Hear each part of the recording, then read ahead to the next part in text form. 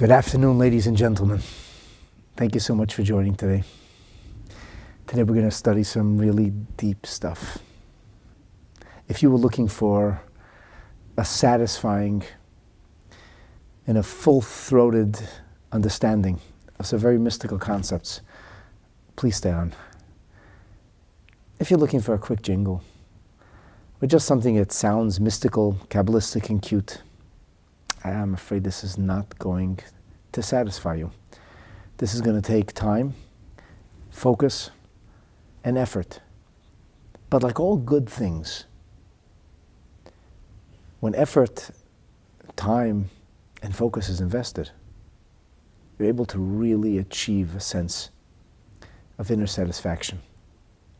Can you imagine somebody telling an artist who excels at playing classical pieces, and you say to him, could you just give me like a quick Mozart? Just a point, I don't really want to hear the whole song. Just give me the jingle. Kind of fit it into an ad for ice cream. He'd probably get offended.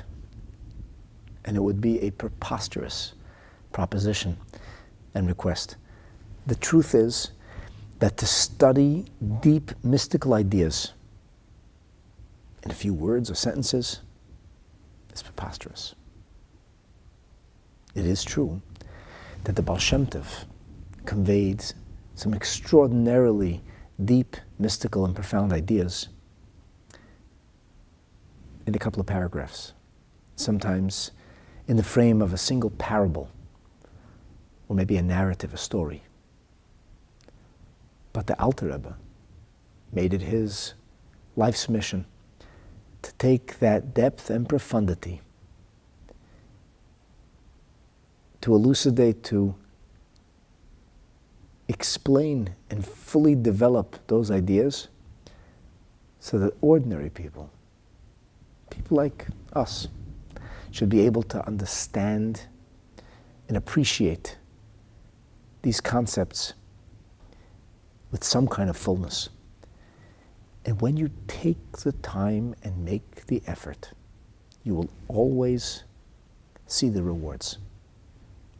It's this kind of study that can stimulate inner change. It's this kind of intellectual and highly rigorous pursuit of mysticism that can re-engineer your mind and enable you to see the world in a totally different way.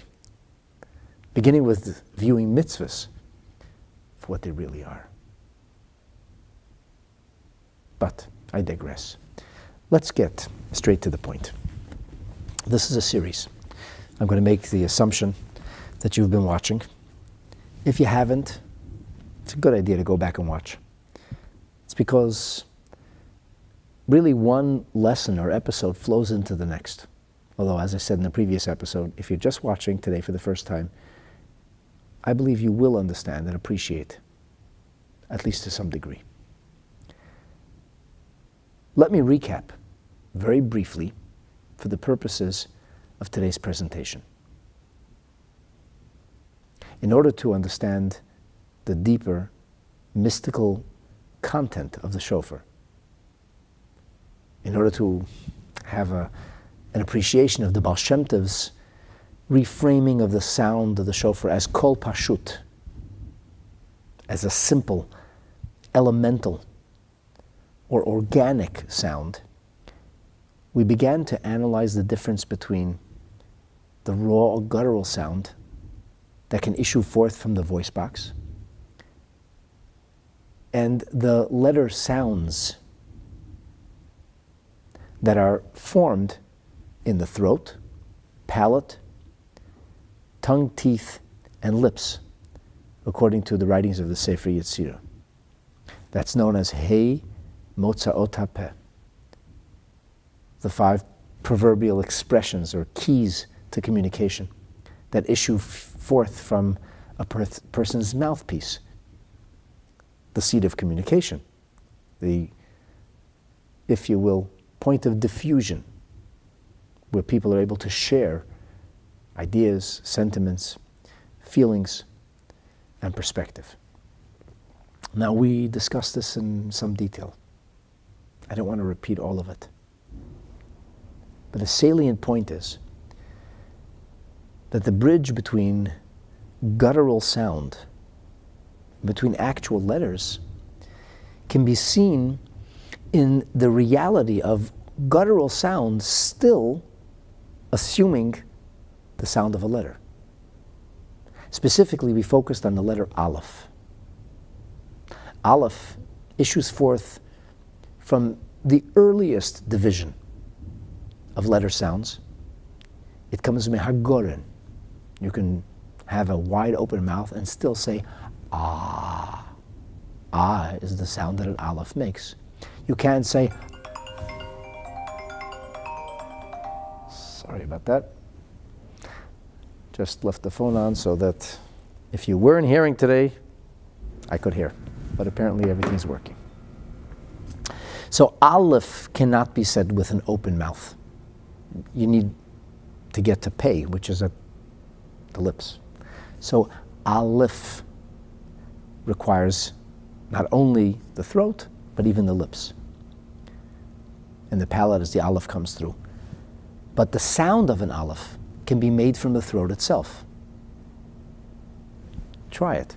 Open your mouth and say, ah, or, e.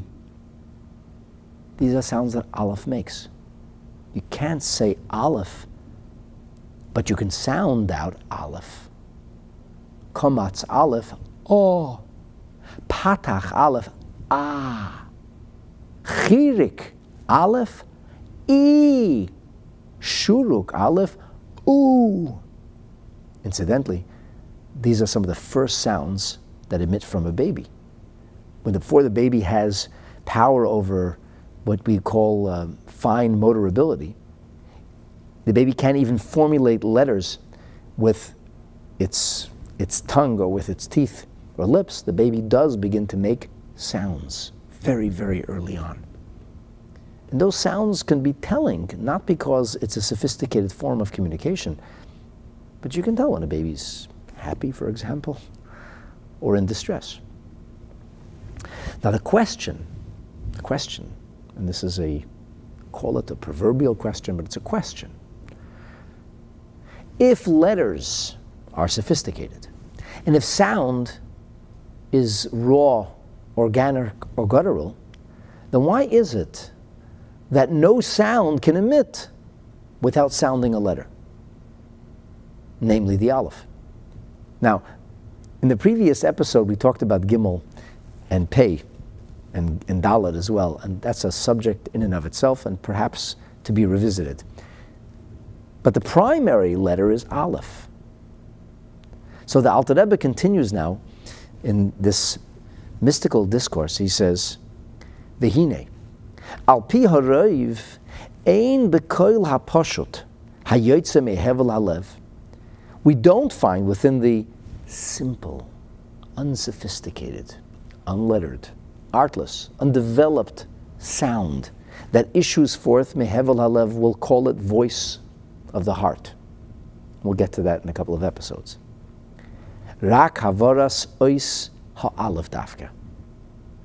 Broadly speaking, not to no inclusion, but broadly speaking, whenever the sounds first begin to emit, say from a baby, or a person who's in a state of meltdown or distress or euphoria, where they're not able to actually harness or channel what they're feeling, when they shout out, when they scream, when they express the purest sound of pleasure, al pi haroiv, it's havaras ois aleph. It usually comes across as an aleph. People don't have a sip of delicious coffee and say, ga, but they will say, ah. And when people are in pain, oftentimes they'll scream, ah. It's an aleph. It's the letter aleph. But this is non-lettered communication. This is unsophisticated. This is coming forth from the core of one's soul. Of course, you probably realize that this is the shofar we're really talking about. Only the shofar can't achieve what it's supposed to accomplish simply by virtue of people shouting out. It needs the mechanism of the horn, the shofar. But think of this. When the person expresses his or herself in the most organic, simplistic, and elementary of fashions, they're still using a letter. A letter represents sophistication. A letter represents a system that I have to kind of fit myself into. So we're always using at least one letter, most often the Aleph of our Hebrew alphabet. And the Alter Rebbe spells it out. He actually writes out the Aleph. He says, A, E, A. That's very Canadian. A. V'lo yahavaras eis acher. So the part of the question is, why is it has to come through a letter? Why the letter Aleph? We don't see that as a coincidence. It happens to be the letter Aleph, happens to be the sound most people make. No, there's something precise. There's something exact. And today we're going to discover what that is. Today we're going to meet the middleman. This nexus-like force of facilitation that occupies a very important place in all development or evolution. This is the missing link that oftentimes people don't realize is a critical component, a foundational ingredient in the process of growth and development.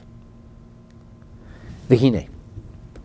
I'm reading from the Hebrew original of the Maimer for your benefit. Perhaps you're looking along inside. Well, perhaps not, but I'm not making this up. I'm sharing with you the words of the Baal HaTanya himself in Sha'ar HaTekiyot. As mentioned in the earliest episode, these words, the actual language, is written by the second Rebbe, known in Chabad vernacular as the Middleman Rebbe, Rabbi Dovber, the eldest son of the Alter Rebbe and his successor. V'hinei lohoven atam l'shmiyas havoras ois aleph bekoil. Why is it that when you say ah, I hear aleph? You say ooh, I hear aleph. Vowelized.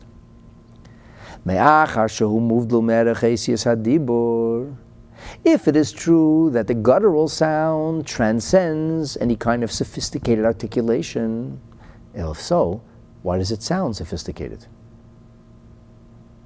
Who taught the baby how to say aleph? They didn't go to school yet.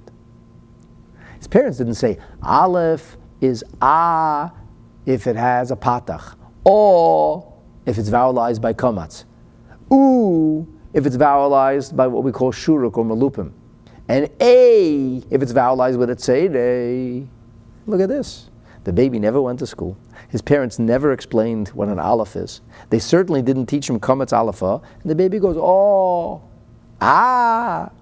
How do you learn how to do that?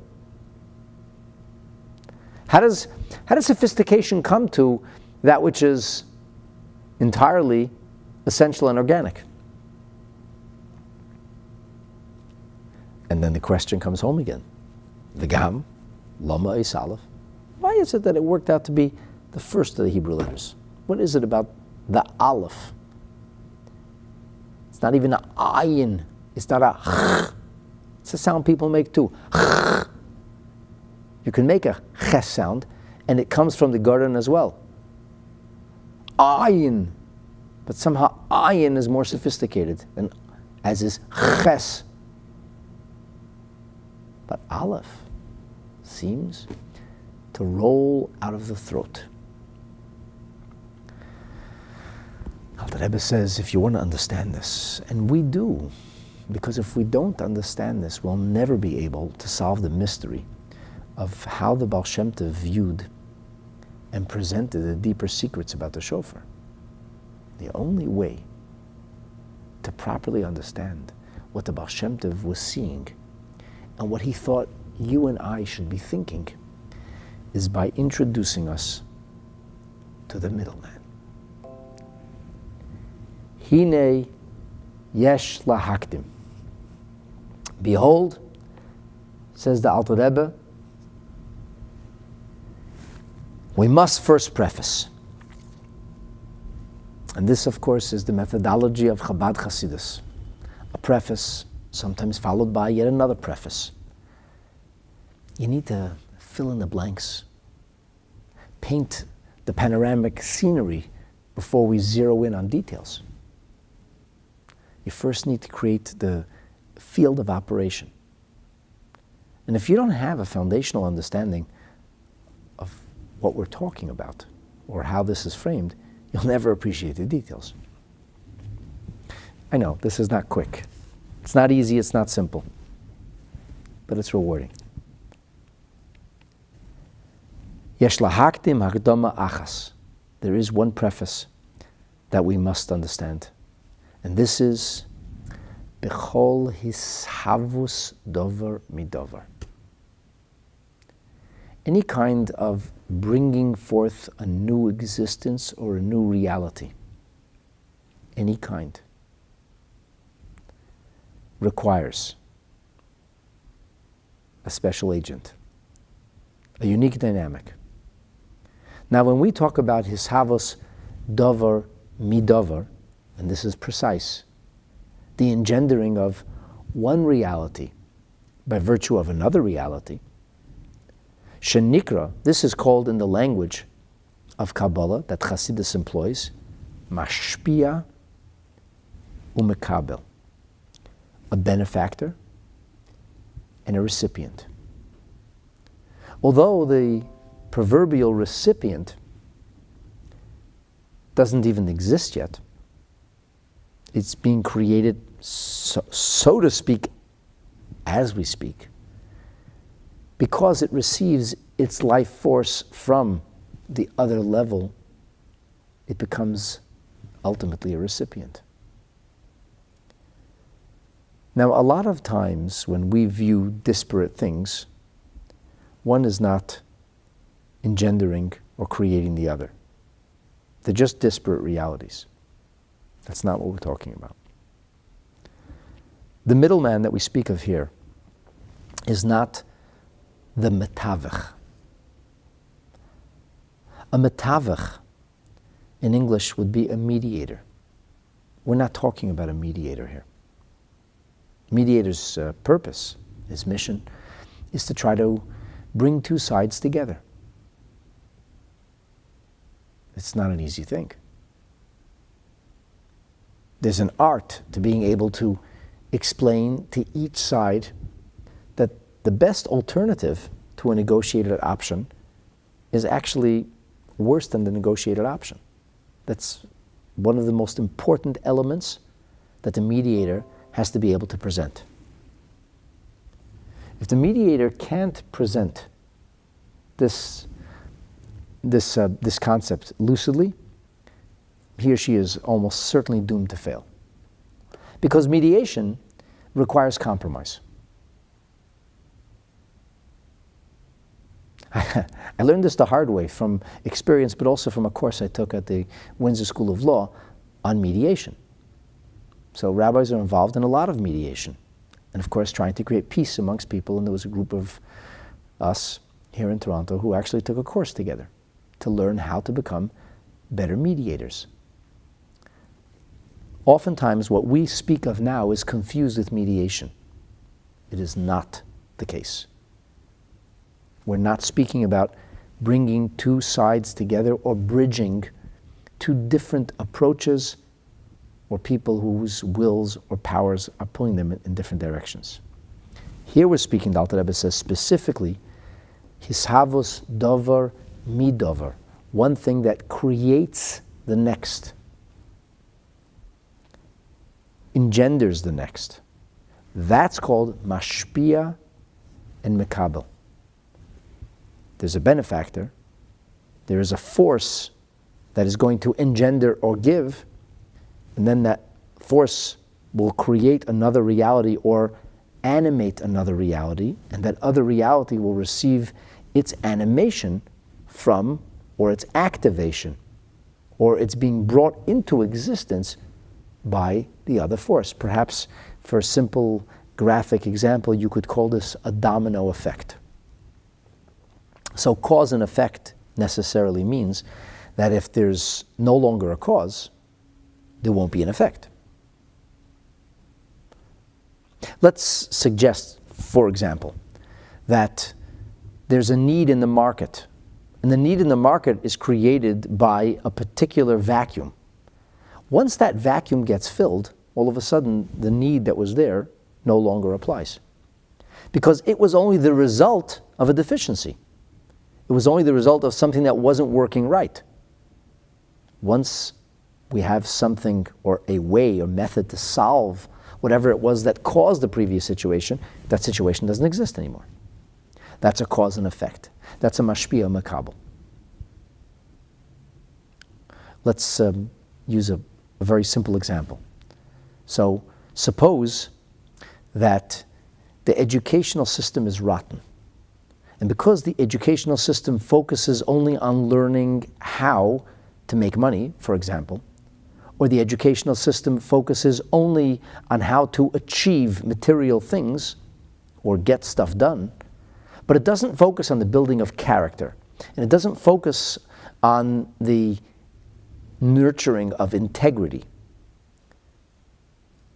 and the importance of living a life in a purposeful way, in a meaningful way, we could easily see a society become lawless or degenerate into a tremendous criminality. Why? Why not? If people have no values, if children are raised with no virtues, if there is no meaning to life other than whatever feels good, so there's a legal way to get what you want, and then an illegal way to get what you want. And if there really is no virtue or meaning or value, why take the path of greatest resistance? Why not take an easier path? Especially if you can get away with it. But that's not good. Now our society is lawless. How will we create or effectuate a lawful society? The Band-Aid answer is increase law enforcement.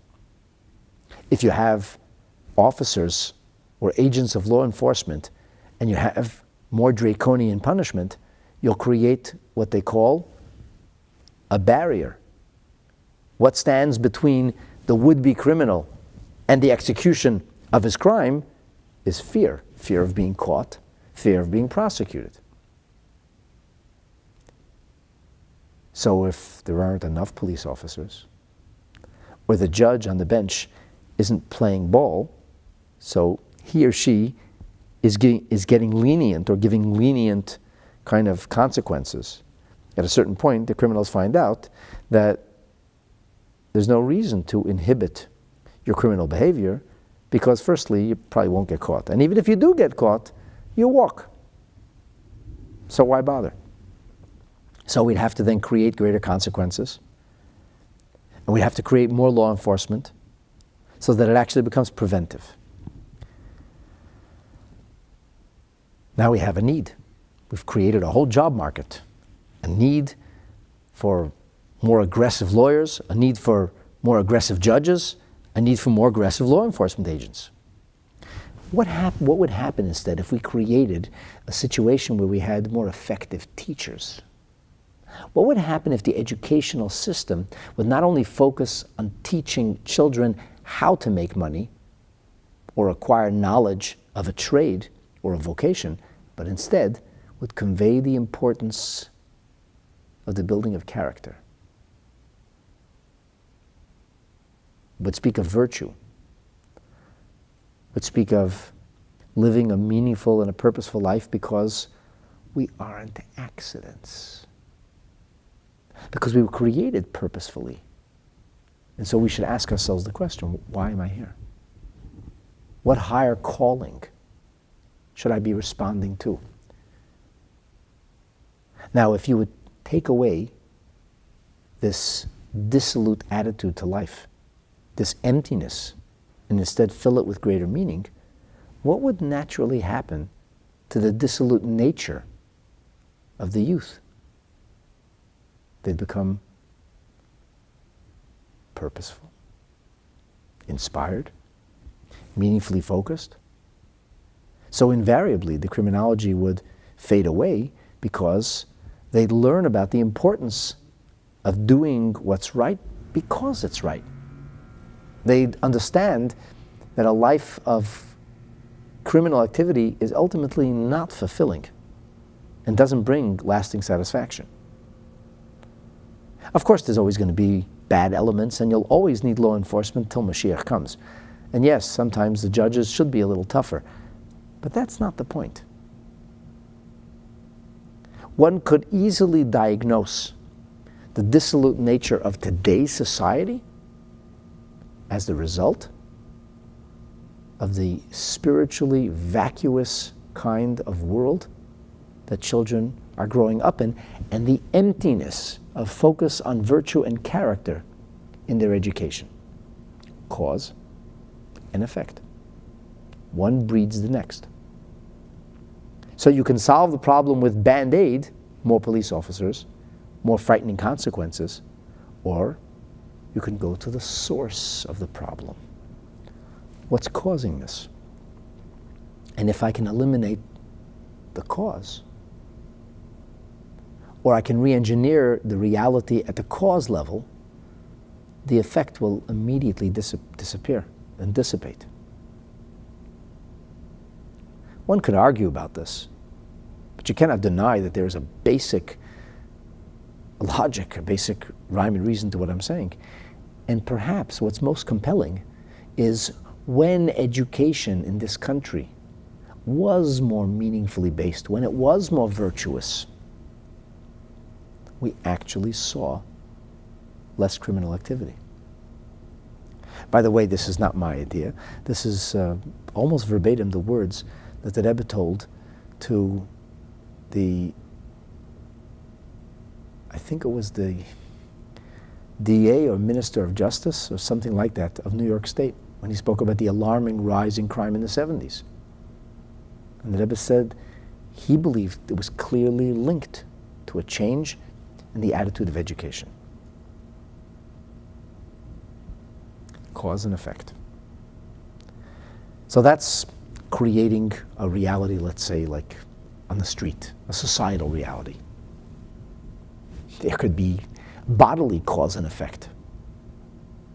You're eating a certain food, it's causing inhibition of your body's function. And then you discover that the problem, that the reason that you're having the rashes, the difficulty breathing, the unseeming fatigue, you discover that your body doesn't process a certain kind of food, for example. So you cut that out of your diet. What happens? All of a sudden you have more energy, all of a sudden the rash disappears, all of a sudden you're functioning. It's not a question of bridging two things. Again, you can either focus on Band-Aid, in which the medical field can say, okay, we're seeing A, we have a drug that can inhibit A, or stop it from happening. Sometimes it's an effective way to deal with the problem. You know, we're always going to sweat. That's part of our bodily system, our built-in system of self-cooling, so we don't overheat. And you're not capable of controlling that. So you could be outside in great heat and you're dressed for a wedding and you're starting to really sweat, and you tell yourself, don't sweat now, this is stupid. We're going to be in an air-conditioned building in just a few moments. If you break into a sweat now, I'm going to have to deal with soiled clothing and foul smell. Come on, body, don't do this now. You're not going to die or overheat. You're coming to an air-conditioned room in 5 minutes from now. You can try to argue that. It's not going to work. Because that's a non-cogent or rational part of your body. It is your brain, but it's almost what we call a reflex. After you hit a certain temperature, your body sweats. Some people have bigger schwitzers, smaller schwitzers. How do we deal with sweat? Deodorant. Well, there are two kinds of deodorant. You have deodorant which actually seals the sweat pores, so at least the most foul part of the sweating, like your underarms, for example, doesn't secrete as much sweat, or you can mask those smells by using some kind of aroma, which is pleasant, and masks the smell to a degree and until a certain point. it actually wouldn't be a good idea to stop sweating. That would be a very dangerous thing. It wouldn't be less dangerous than people who would take a shot of Novocaine and then have lunch and realize after they chewed half their tongue and swallowed half their tongue, God forbid. Because the reason we have pain is the pain tells us when something goes wrong. And if you have no pain and no sensation in your mouth, it's a bad idea to eat because you would have no warning system that you've just bit off a piece of your own body. Now, if a person's in constant pain, the doctors have to figure out why they're in constant pain. And if it's a chronic pain that we can't seem to figure out, then there'll be no choice but to prescribe Band-Aid medicine. But the most effective way of dealing with the problem would be to find out, why is this problem happening to begin with? Instead of masking the problem, or instead of redirecting the breakdown, we actually solve the problem. That's cause and effect. So I gave you a societal example of cause and effect. I gave you a personal body example of cause and effect. Let your imagination run wild. You'll come up with hundreds of examples of causes and effects.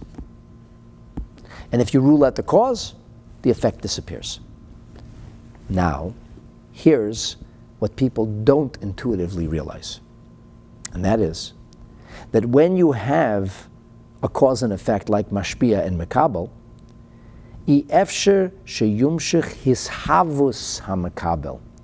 then the recipient cannot be created. A pre-existing recipient can be influenced sometimes. But a reality cannot be created, a reality called recipient, min hamashpia, from the benefactor, ki im be'efen sheyumshach tchila davar echad mimutze. Without first the creation of a middleman. Not a mediator, a middleman. The middleman is the facilitator that allows for one reality to transcend its limitations and to permeate or saturate or even create the next level of development. Not two equal sides. This is not about trying to get two sides to speak to each other. It's not a form of mediation. It's a form of facilitation. The middleman. The middleman who doesn't mediate, the middleman who enables. Now the middleman, so to speak, or middlewoman, it's not the point of, it's not about gender language. It's not part of the metaphor. This middle entity, this nexus-like force or dynamic, which allows one reality to be engendered by the former, must be kolul mibchinas mohus hamashpia umibchinas mohus hamakabel. Has to have elements of the benefactor and has to have elements of the recipient. If you wish, you can draw an orbit around something, a circle. And then you can draw another circle around something else, and your circles might overlap. The intersection of those two orbits or disparate fields is the area occupied by this nexus memutza force.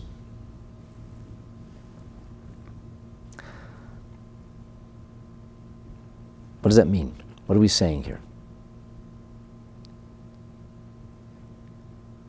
We're saying that this nexus, this middle ground force, al yada yumshach hashpa min hamashpia limekabel. It facilitates the development, the transition of something from one realm, the realm of cause, limekabel, to the realm of recipient or effect.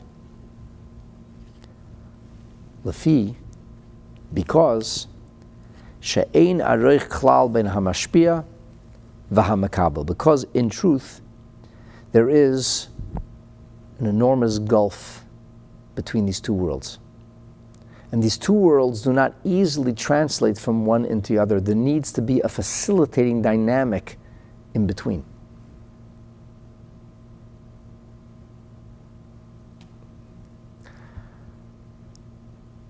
So let's use the example of virtue. Let's use the example of character. A person can go to school and study about the virtues of character or the pursuit of meaning in an academic fashion that has nothing to do with their own personal lives. It's not personalized in any way, shape, or form. It's just a concept.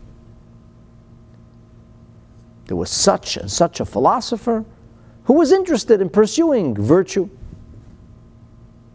His name, Socrates, Aristotle, whatever, a person. He did such and such. It has nothing to do with me. The case isn't made for me to live in a virtuous manner. I'm studying about virtue.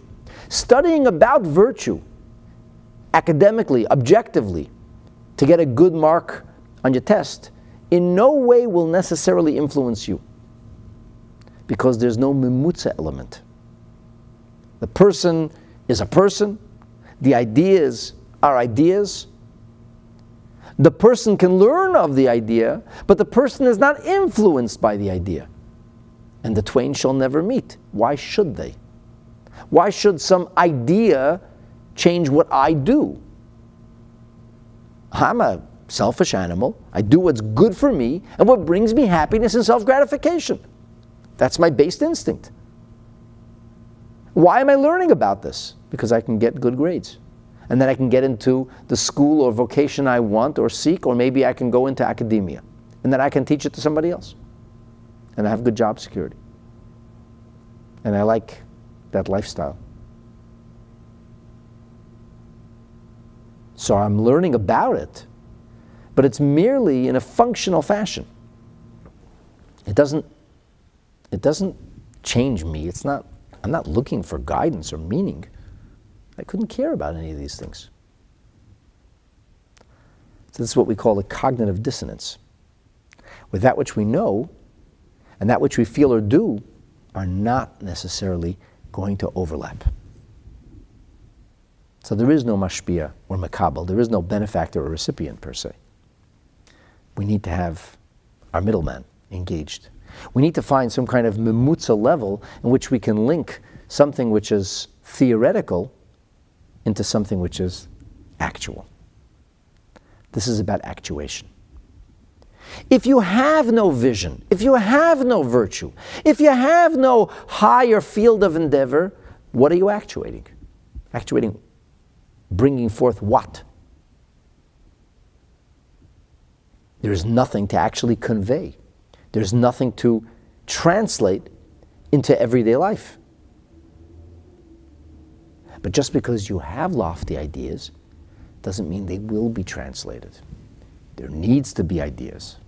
There needs to be lives that can be changed. And then we have to bridge the two.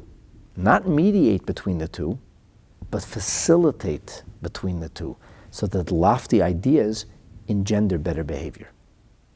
That's a mutza. Now, this might not work in every case and in every scenario.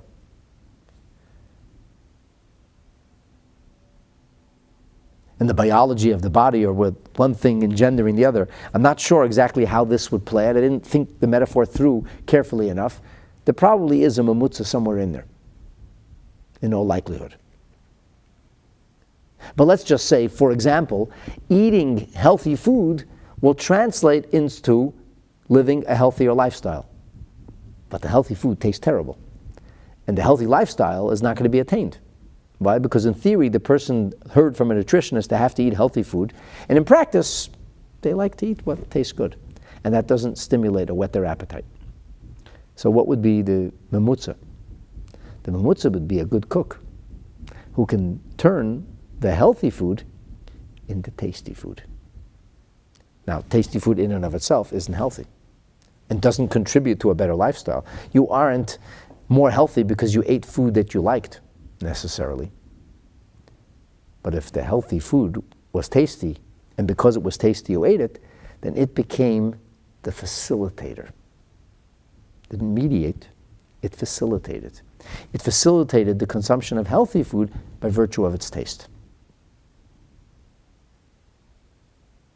It has to have some healthy food to work with. You have to have a normative kind of appetite to begin with. But assuming that we have a person with a healthy appetite, and we have food that is indeed healthy and wholesome, it's simply a question of culinary expertise, so that the two shall meet and one receives from the other. Now, Alter Rebbe uses these words, He says, because there's such a gap between the two,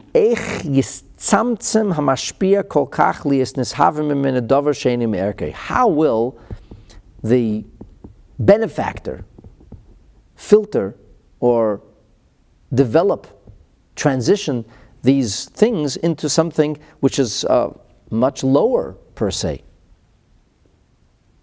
It has to limit itself, it has to focus itself. I will explain. You need to find that facilitator. You need that middle ground, you need that dynamic, that nexus dynamic.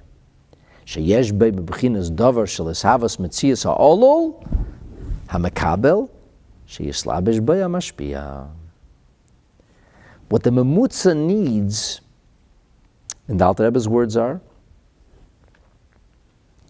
you need the mitziut ha'alul, you need the entity of the cause. But you need the entity of the effect. And both have to somehow be bridged. There has to be something that facilitates from one realm to the next. And when there is something that facilitates or allows for the proverbial benefactor or the source to be able to impact, then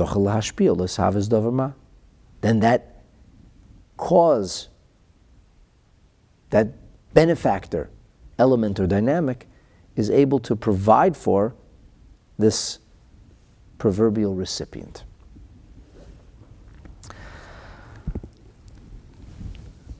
So we need to have a little bit of a metaphor for this, because Alter Rebbe is talking about these ideas of tzimtzum. He says one can't receive without the other.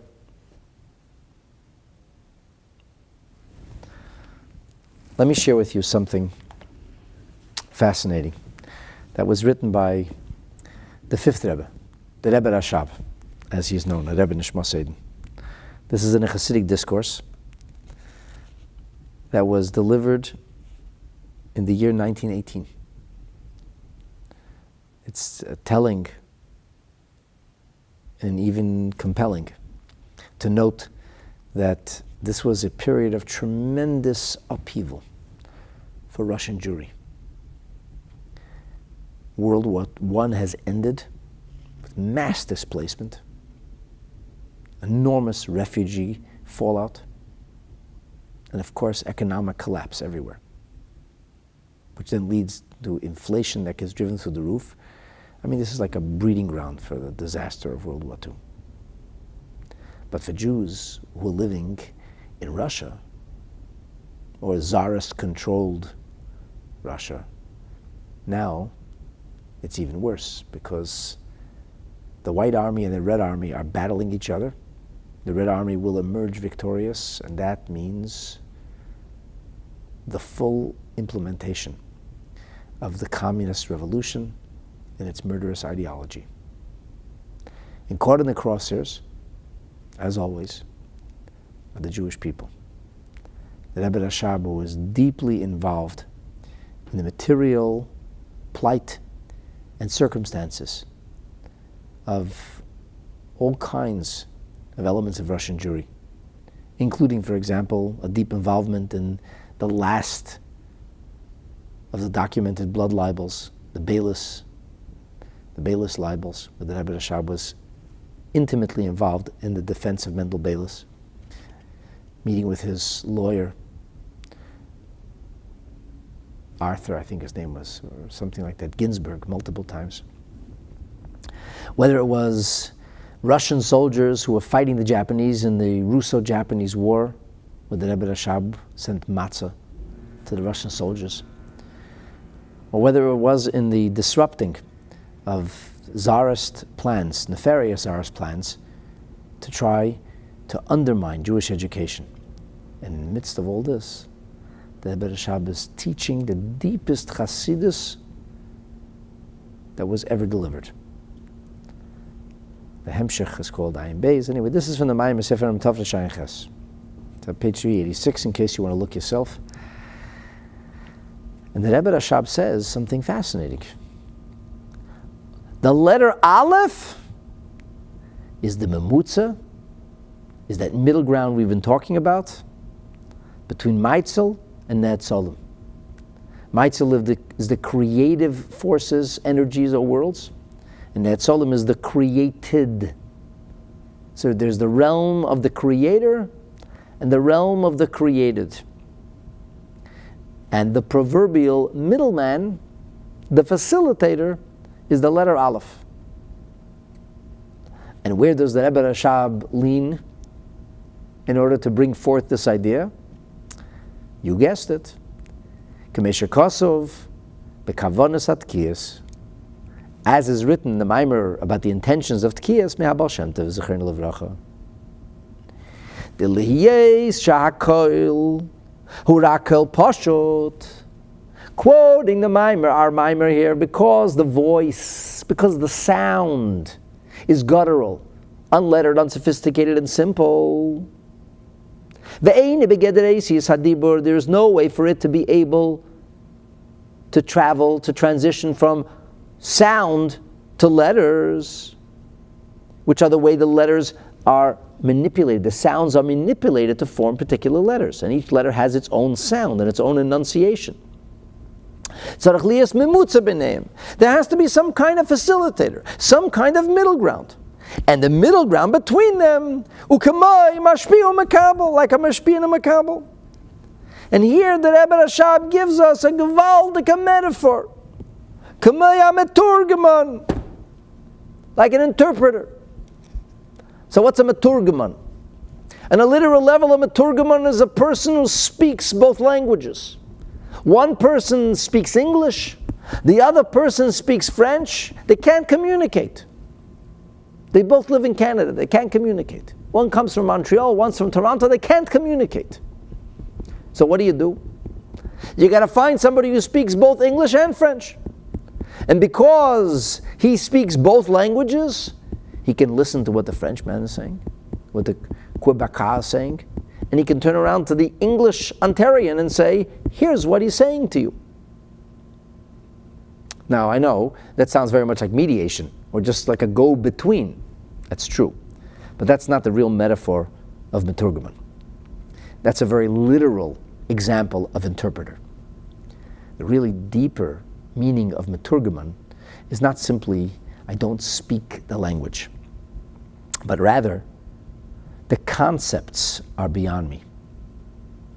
And because the concepts are beyond me, are too lofty, I need somebody who is able to have a handle on those lofty concepts, but at the same time can relate it to ordinary, everyday people. So for example, if we had a person who thinks on the highest levels of abstract thought, that's the world they're in. It's not just a language barrier. There's a content barrier. They live in a higher world. They pursue the deepest levels of profound analysis. And then they're supposed to communicate or speak to people who don't even know the language, but I don't mean language. They don't understand the principles, the operating principles. They never heard about this discipline. And this is a person who's immersed in that discipline. And that's what he or she does for a living. That's what he or she focuses on. They're obsessed with this. They don't know how to find everyday language to put this in. They don't speak everyday language. They live in this world. So what you might be able to find is a person who can bridge the two worlds, a person who understands something about the higher abstract scientific theory, but a person who also can speak everyday language. So let's say, for example, every once in a while there's like a big discovery, whether it's a medical discovery, an astronomical discovery, a quantum physics discovery. We keep getting discoveries. Amazing things are discovered.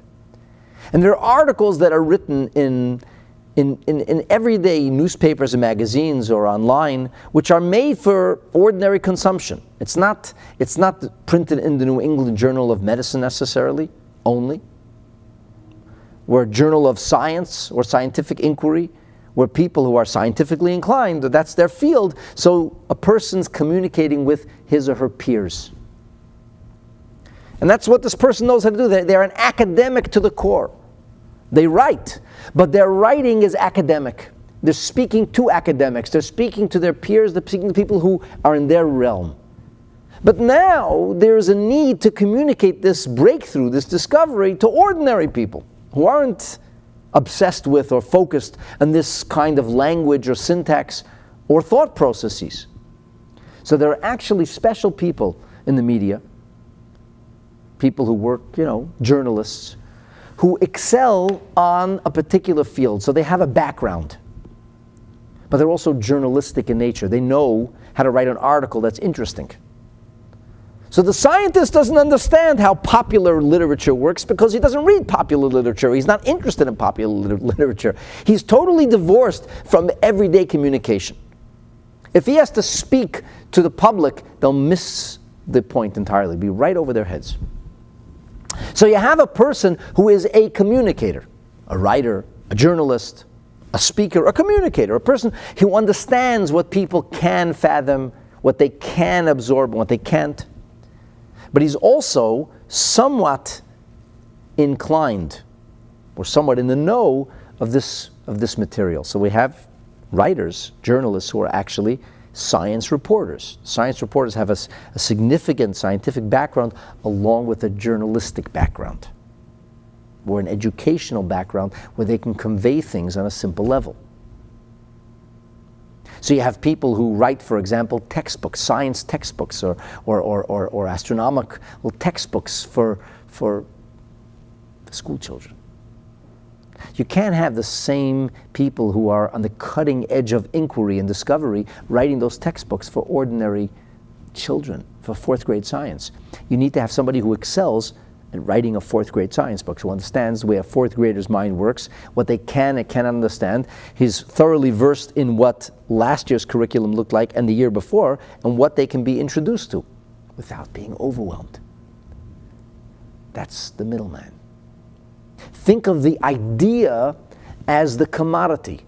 We need to get this idea conveyed. This idea has to go from the lofty realm of what we would call academic pursuit or theoretical science. It now has to be translated into the language of everyday people or school children.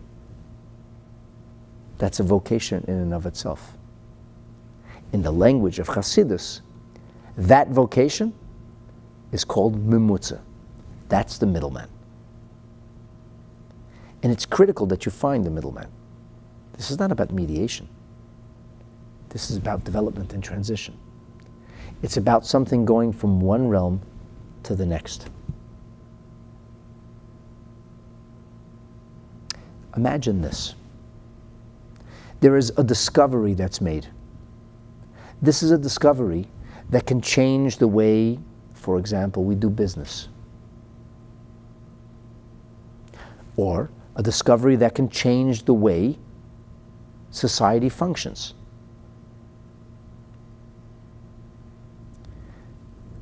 There needs to be a facilitator, because the idea remaining on cloud 9 will not ever saturate or permeate ground zero. There needs to be somebody that can bridge this, somebody that can teach this, somebody that can espouse this, somebody that can convey it. Who's the original mamutza? Who's the original middleman? Moses. Moses, Moshe Rabbeinu, can speak God's language. He, so to speak, understands God. Our sages refer to him as half celestial, Chatzi Malach. He's like part angel in makeup. But at the same time, Moses walks the face of earth.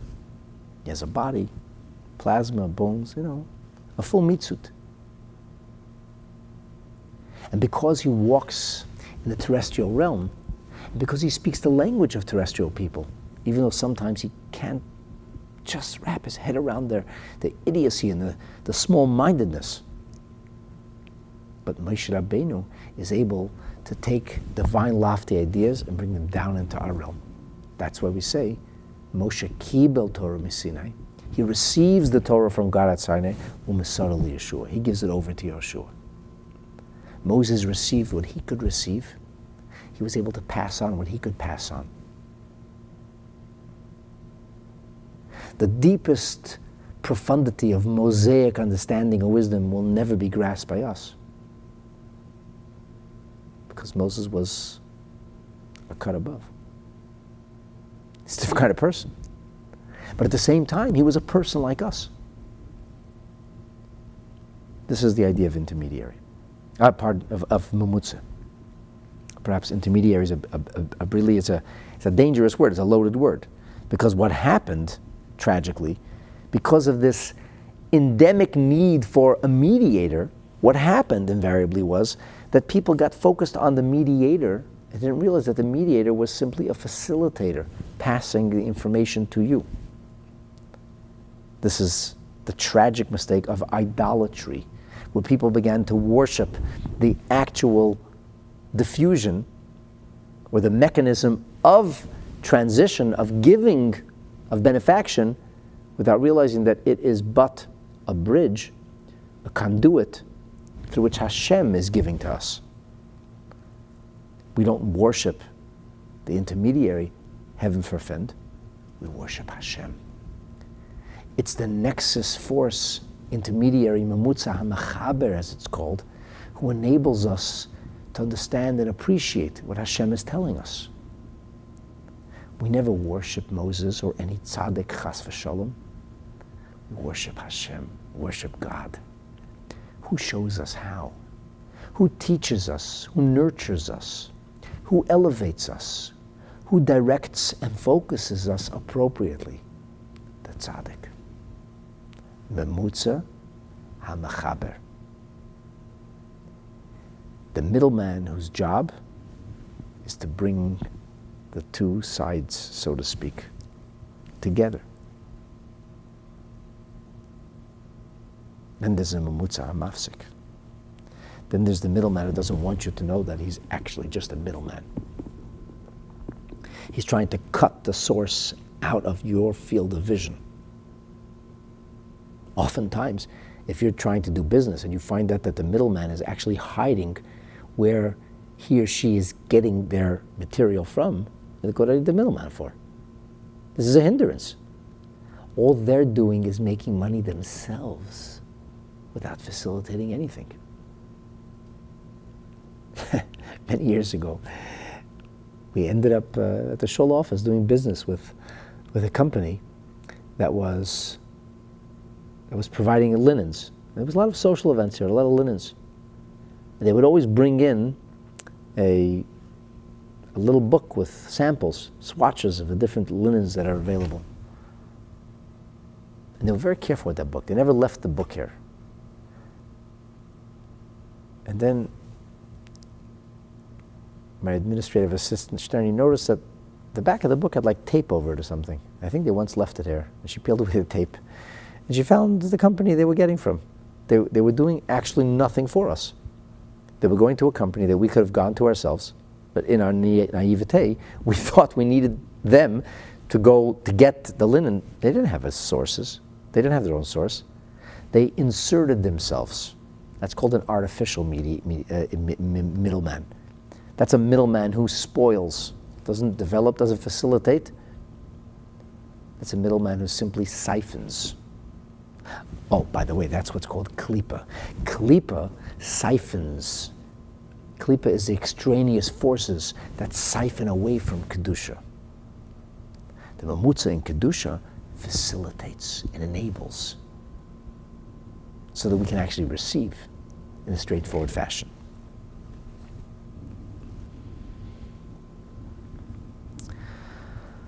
So this is the metaphor that the Rebbe Rashab employs.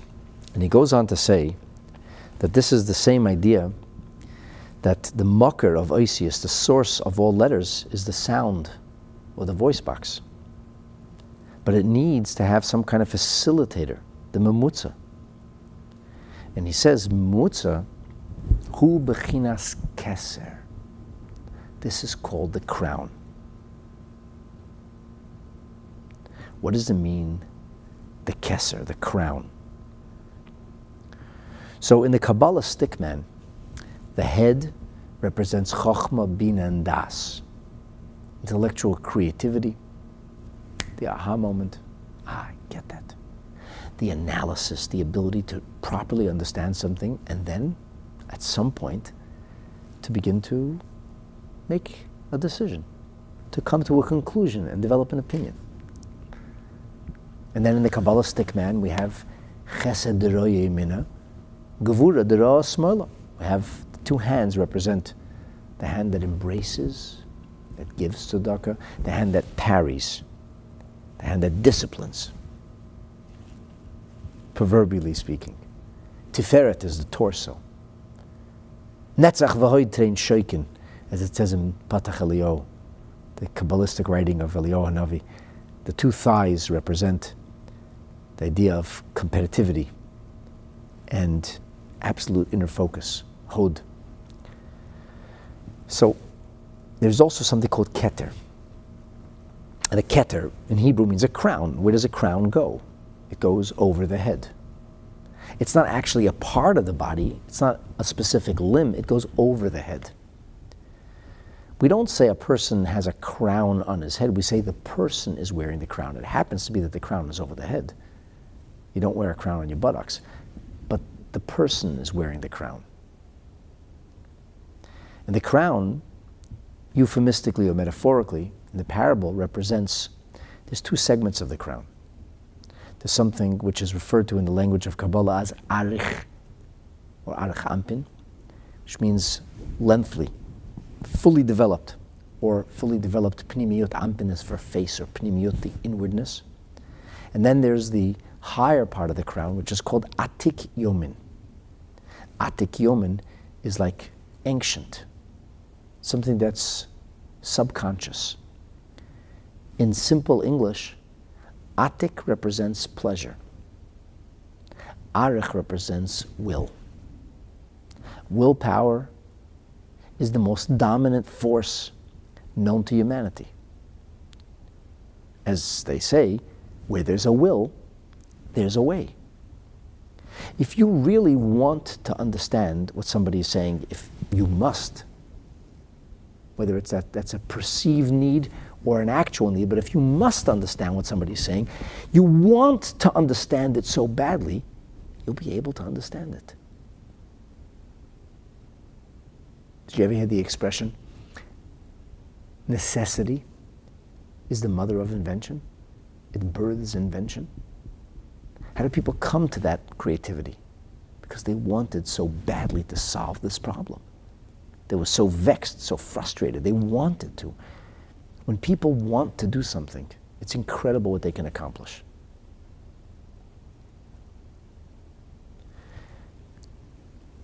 If a person is to affect change, they have to, perhaps more than anything else, be a motivating force. There's a whole industry today called motivation. They have motivational speakers, motivational videos, motivational material, motivational exercises to motivate people. If everybody on the company is motivated and everybody is excited about what they're doing, that company will succeed. If there's a lack of motivation, you've got a big problem. People don't want to do this. Napoleon is the architect of modern day warfare. Before the days of Napoleon, countries weren't really at war, armies were at war. Armies were mercenaries, people who chose that vocation. Some people became police officers and others became soldiers. This notion of a country being at war, of motivating and galvanizing a nation with patriotic exuberance and jingoism, that was Napoleon's invention. France was a nation at war. That's why even after he was exiled to the island of Elba, people weren't really happy with the reinstatement, by the way, from foreign powers, the Allied powers of Great Britain, Russia, Prussia, and Germany. They weren't happy with the imposition, the return of Louis XVIII, a corpulent, self-absorbed monarch. They liked the little guy. It's perhaps one of the only times in history where a deposed monarch returns a short while later, like something like a year and a half later. And the very armed forces that were sent to arrest him turned coats. And they're the ones who marched into Paris with him. He was an amazing motivator. I'm not talking about his virtue, I'm not saying he was a holy man, quite the contrary. That's a subject for another day, but he was an amazing motivator. He was tremendously charismatic. A leader has to be insightful, a leader has to be intuitive, a leader has to be resourceful, resolute. But above all, if a leader is to be successful, the leader has to be able to motivate.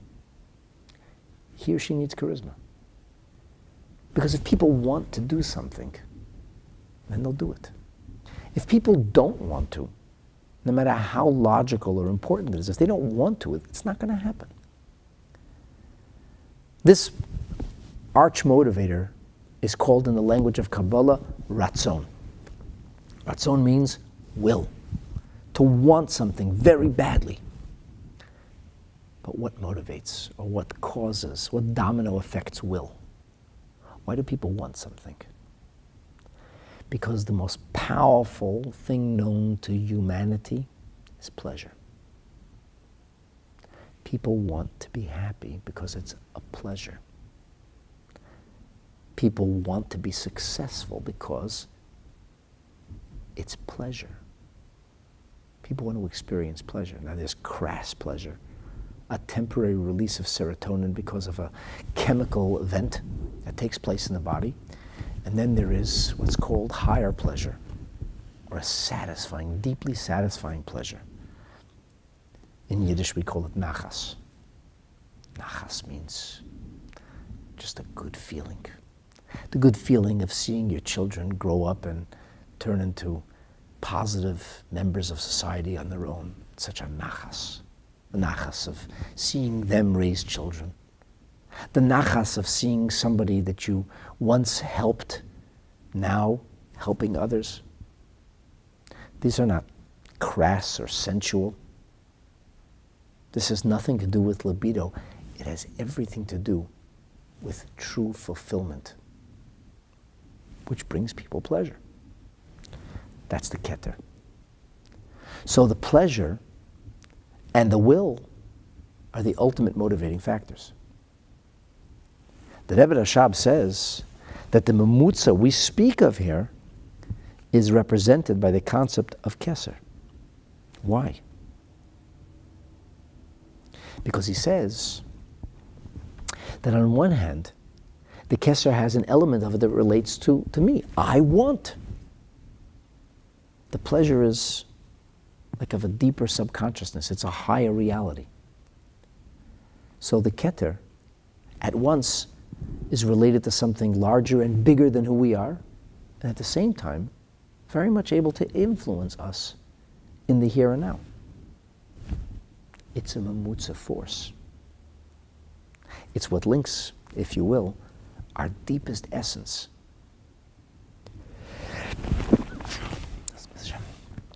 with our terrestrial, everyday pedestrian life.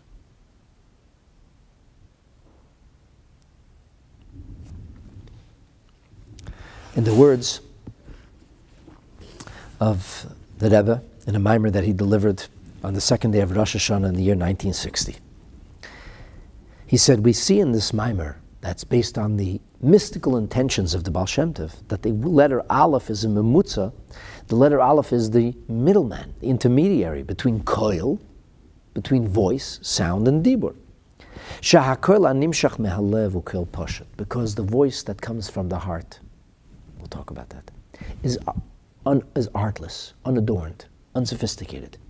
But communication is very specific. Every letter has its specific sound, its specific diction, and its own, if you will, methodology of articulation, the way they are strung together. That's actually beis hafchim, two opposites. One is just sound, and one is sound, which is extremely limited, chiseled, formed, harnessed, and focused. There needs to be some kind of middleman between them. The memutza is kolol me'elyon and tachton. It has part of one world, but also overlaps in the lower world. Like a teacher and a pupil who are really not cut of the same cloth, not really in the same realm, altogether. This is not like a teacher and student like you and I. We're cut of the same cloth. I just have the privilege of learning a little more. But there could be a really lofty teacher who speaks in a specific syntax, a specific set of realities. And you need to have a maturgaman, somebody who can translate that into everyday language. That's my job. I get to be the mamutza. I get to give you these deep teachings of Chassidus that if you were to open them, it's not just a language problem. If you translate this mimer into English, you won't understand it. You need to have background. So somebody who is ordinary every day, not an author of Maimarim, but who speaks Hebrew and has learned Chassidus a little bit, is able to serve as the middleman so that you can understand this higher wisdom and knowledge. And that's represented by the Ois Aleph. The Ois Aleph is the memutza between the Matzil and the Netzolim. The Rebbe Rashab even goes on to say in his Maimer in Tov Ayin Ches, he even says, you see that in the picture of the Aleph. The Aleph has a Yud on the top, representing a higher reality, a Yud below, and then there's a bar in the middle. It looks like a memutza. And that's why all sound is first expressed as an aleph. We'll conclude with a final metaphor that the Alter Rebbe brings us with regard to the concept of memutza. And that is, as is written elsewhere, Inyan garden hanirkav ba'aretz, when you plant a seed in the ground, that there is a non-tangible element of power, a code, if you will, that's contained within a seed that's released. Something in the ground triggers. It meshes and melds with the power of growth that's in the fertile ground itself. Forget about the scientific terminology. What's called in Hebraic language, the power to grow. If you take a seed and you plant it in gold dust, you will have nothing, although the gold dust is far more valuable than fertile earth or manure. But the reality is, in fertilized, fertile earth, if you place a seed, it will trigger a process, a chemical process, in which one tiny seed can yield a tree that can produce millions of fruit, only if it's planted in the ground. It's what actualizes. It actuates the potential that's in the seed so that it actually grows the ears of corn or the stalks of wheat, the pepper or tomato plants, or the tree that perennially produces harvest after harvest. Latzmiach mechadesh, that it produces really anew, chita gashmi, the physical bulb of wheat. It's only through the spiritual power of that specific seed, it's that somehow that the ground embodies itself into the bulb or the seed when it spoils, rots, or melts into the ground. And when it is entirely gone, it releases its powerful potential. And it triggers a process which can result in extraordinary growth. And that, says the Alter Rebbe, is a metaphor of a mamutza. In a mimer that he delivered in Tovkov Samachtes, which is the year 1809, the Alter Rebbe says this. Why is it, he says, that oftentimes we refer to spiritual light or the deeds of a tzaddik using the terminology of seeding, of planting, of growth? We have that famous verse that's found in the 97th Psalm, Or Zaru la tzaddik, the tzaddik is sowing or planting light. What does that mean? And the Zohar says that this refers to a tzaddik elyon, and that refers to zoirei tzedakos, the idea of planting, if you will, the concept of acts of charity, acts of righteousness, which is all mitzvahs. We have in our prayer liturgy, Hashem is called zoirei tzedakos. What does this mean? So the Alter Rebbe says it's a metaphor.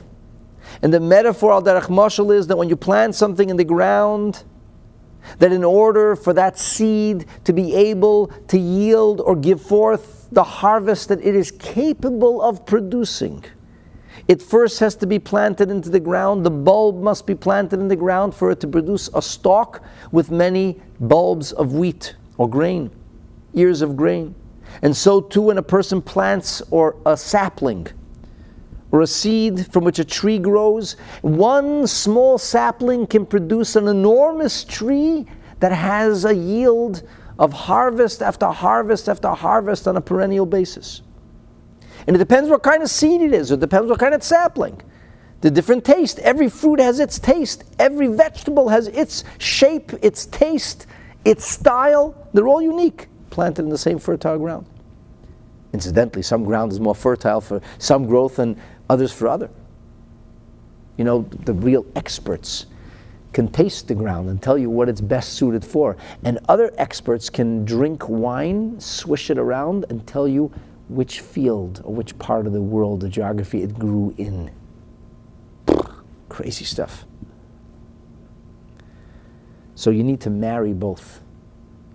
The seed has to be, so to speak, connected, planted into the ground.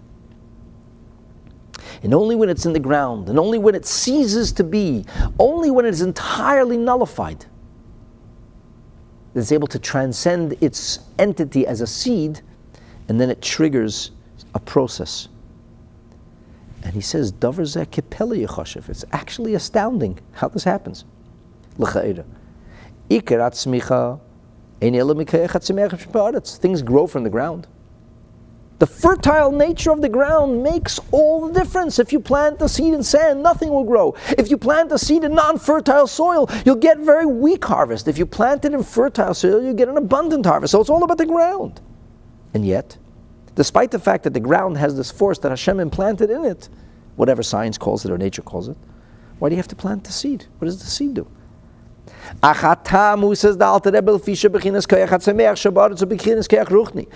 the power, the ability for a fertile ground to give forth growth is a potential. He says it's non-tangible, it can't be actuated. You can't have an actual bulb of wheat and ear of corn. You can't get the sweet fruit from the ground unless you have a facilitator. And the facilitator, he says, is the seed. The seed becomes the facilitator through which the earth is able to give forth its yield. Hamoitzi lechem, not min ha'garin, min ha'oretz. Hashem brings forth bread from the ground, but there needs to be a facilitator. And he says, Zehu darkei v'tivei shel koach hayuli haruchni. This is the nature of spiritual force or potential. In order for it to be actuated, lehislabish b'chaymer hamuchan, ve'oz nasa tzura l'chaymer, then it receives form and body, it receives shape, style, taste, color. That happens always through the facilitator. That's our memutza. On another occasion, this is from Likutei Torah, from the Alter Rebbe's Memorim on Shir Hashirim. He says, and I quote, Inyan Zriyas Hagar, in the notion, the ideal of planting a seed in the ground, U'bechinas Halo Asman. That's mystical terminology that could perhaps be translated as to stir, to awaken, to bring forth, to trigger a reaction. And he says the seed triggers a release of potential. It stirs the ground. Incidentally, this notion of Halo Asman is also framed like the relationship between a man and woman, and the stirring of passion or interest. Somebody needs to proverbially, but perhaps not so proverbially, initiate. What initiates? And then all kinds of things follow, but something initiates. There's an initiating moment. That initiation is the facilitator. It only initiates. It has no force or power of its own. But once it performs its task of initiation, it becomes the facilitator to actuate the development. He says it's like Bechinas Keli, it's like a mechanism. It's an envelope. But then, once it's triggered or initiated, then it brings forth the growth. Depends what you planted in the ground. That's what's going to grow. Don't expect peppers to grow if you planted watermelon seed. And that's all initiating or stirring or releasing the power of the fertile earth. And that's why mitzvahs, which are called fruit, which are metaphorized as produce, that's why those mitzvahs are also metaphorized or framed with the idea of planting. That's Urzaru Latzadik. Ki be'emes legabe atzmusi muhusi yizbarach lav mikol inu midas klal. God is beyond all this. So how do you get an actual mitzvah reaction? You have to do the actual mitzvah. So the actual mitzvah is the facilitator. It's the middleman between us and between Hashem. We do the mitzvah, and a profusion of divine force comes.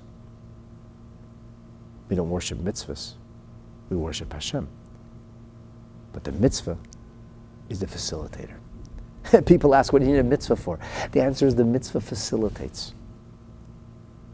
Hashem gave us this convention through which we are able to have that relationship. It is yet another example of Memutza.